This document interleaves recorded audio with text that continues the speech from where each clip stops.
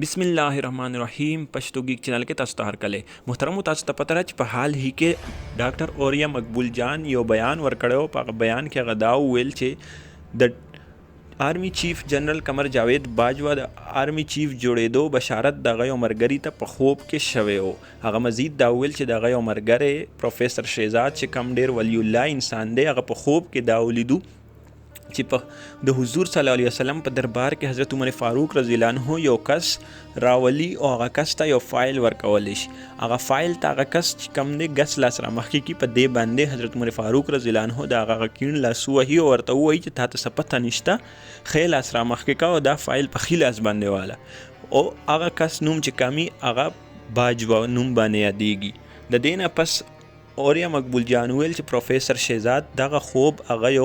آرمی کې یو مرګري ته بیان کړو او هغه مرګري ته ویل چې تاسو په آرمی کې د جنرال باجوا سو کسان دي هغه ورته ویل چې زمونږ په آرمی کې خود جنرال باجوا په نوم باندې 3 کسان دي او دا د هغه ټیم خبره ده چې په کم ټیم کې جنرال راحل شریف